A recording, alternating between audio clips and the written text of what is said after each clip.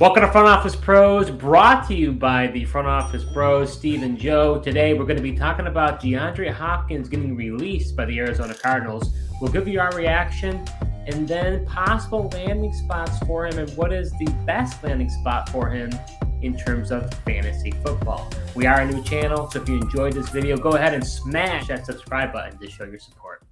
Hike! All right, Joe, let's start it off. What's your reaction to DeAndre Hopkins getting cut by the Arizona Cardinals? Yeah, I definitely wasn't expecting this news with DeAndre Hopkins today. Really thought he was going to get traded. Kind of surprised that the Cardinals wouldn't just take, any offer at this point for him, considering, they just cut him and they're taking on the full cap hit now. But obviously, after the draft, they probably didn't have any suitors, so they just decided to cut him. I was most surprised that they didn't do a post-June 1 cut, but you've got a pretty good reason for that, though. So, yeah, I think this really comes into the terminology and understanding of how salaries and contracts work. I think, many fans, even, I'd say even us, right, before we really started diving into this stuff, we didn't truly understand it. But when it came to Hopkins, obviously people were looking at it like, what? Why would they have cut him? He's such a great caliber receiver. You're telling me they couldn't even got like a fifth-round pick out of him? Well, the salary that he was carrying was ginormous. And so for the Arizona Cardinals, when they trade him, the only thing that they're going to pay is that signing bonus as a form of dead cap.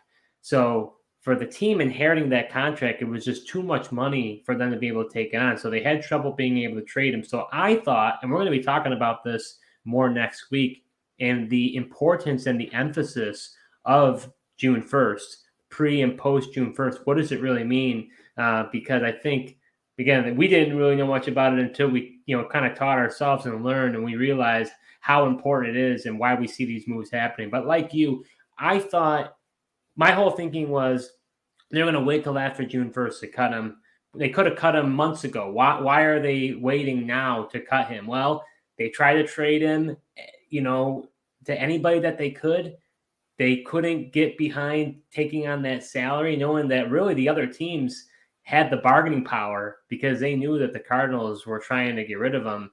And now he goes to become a free agent. These teams can sign him for next to nothing if they wanted to, or depending on what Hopkins wants. So I thought it was going to be a post-June 1 cut, but for the Cardinals, it makes sense. They're in a full rebuild. They basically waited as long as they could, and then when they couldn't trade him, they said, okay, let's cut him.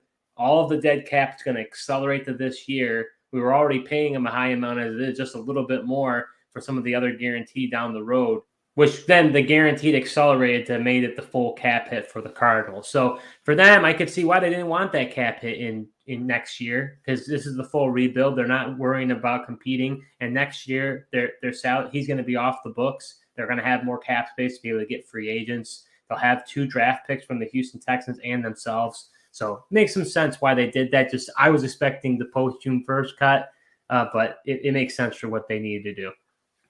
Yeah, that I definitely was expecting the post-June 1 and thought maybe even they were waiting for a potential post-June 1 trade too, whether it's a trade or cut after June 1st. That's what I thought they potentially were waiting for.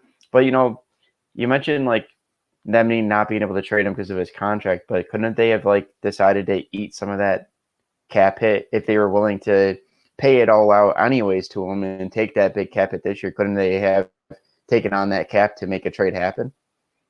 That's a good point. Yeah, they could have decided that, hey, we'll eat some of his salary as a part of the contract. We saw that when Baker Mayfield was traded to the Carolina Panthers last year, really late in the season. Now it was a little bit different. It was a 5th-year option. There was 1 year left. As for Hopkins, I think it was a different story.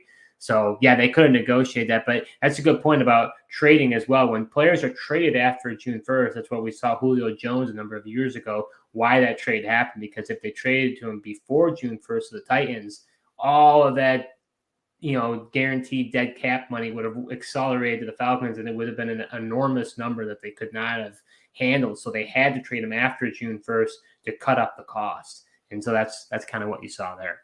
So, Joe, now that DeAndre Hopkins is a free agent, where do you think is the most realistic landing spot for Hopkins? And then I'll ask you, what do you think is the best fantasy football location for Hopkins? Because Hopkins has already came out and within social media and has already talked in different media formats that, he has certain criteria of what he wants in the new team. And the 5 teams that he has specifically mentioned that he's been interested in is the Buffalo Bills. We've heard a lot from Von Miller as well that he wants to go there.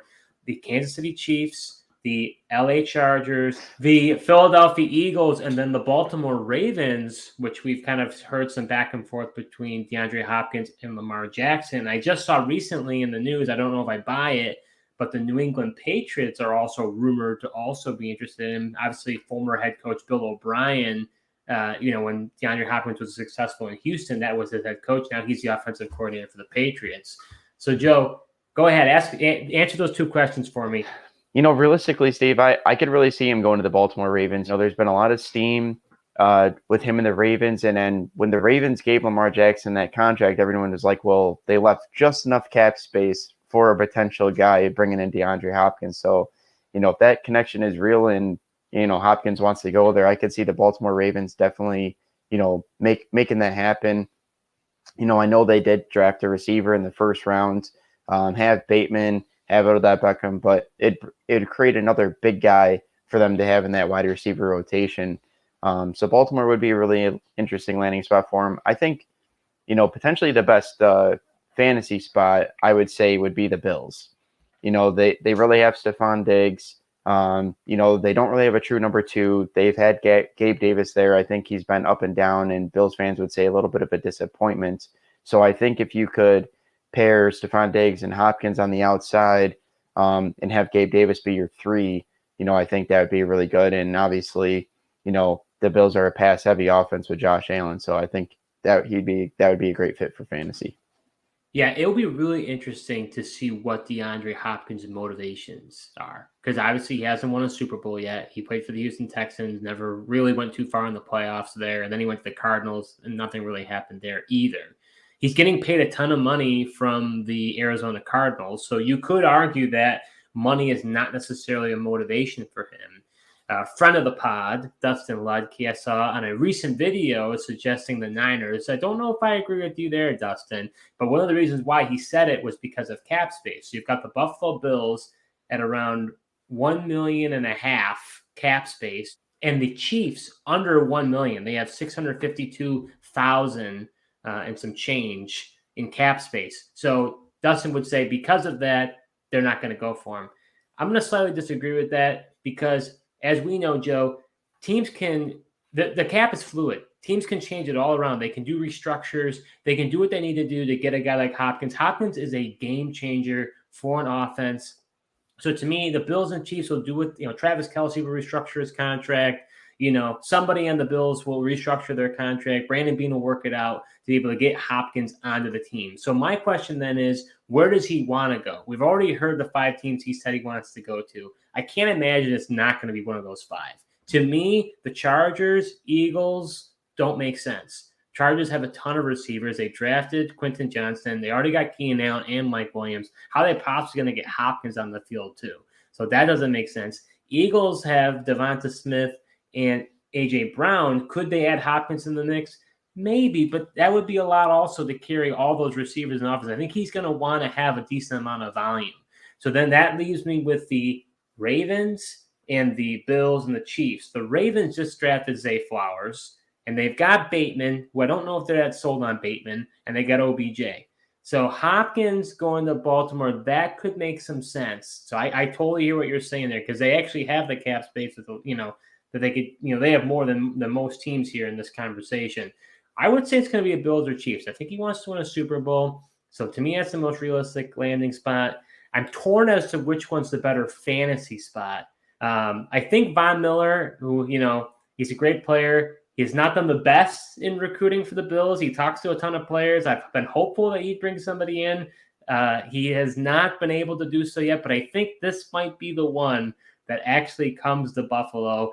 You got Gabe Davis, who showed last year that he can't be a number 2 receiver. He's a great player to be involved, but he's not a number 2 receiver. You got Khalil Shakir in the slot, and they drafted Dalton Kincaid as kind of a slot type of all-around playmaker for them. So I think if Hopkins goes to the Bills, I think it could be his great fantasy location. I think he's the best realistic landing spot. And yes, I am a Bills fan, but I'm not saying this because I'm a homer. I actually think this could happen.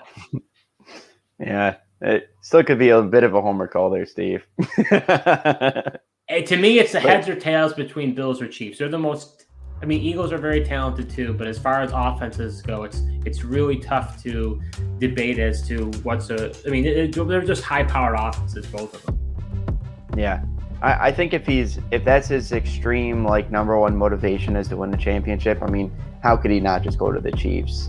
You know, they've been the, you know, other than, you know, losing to the Bengals the 1 year in the AFC Championship game, they've really been the king of the AFC here for a decent bit here in the long run. It's like how could you not go there and have a chance to play with a guy like Patrick Mahomes too? So if you enjoyed this video, we ask you to please like it. You can subscribe to our YouTube channel as well as follow us on Spotify and Apple Podcasts.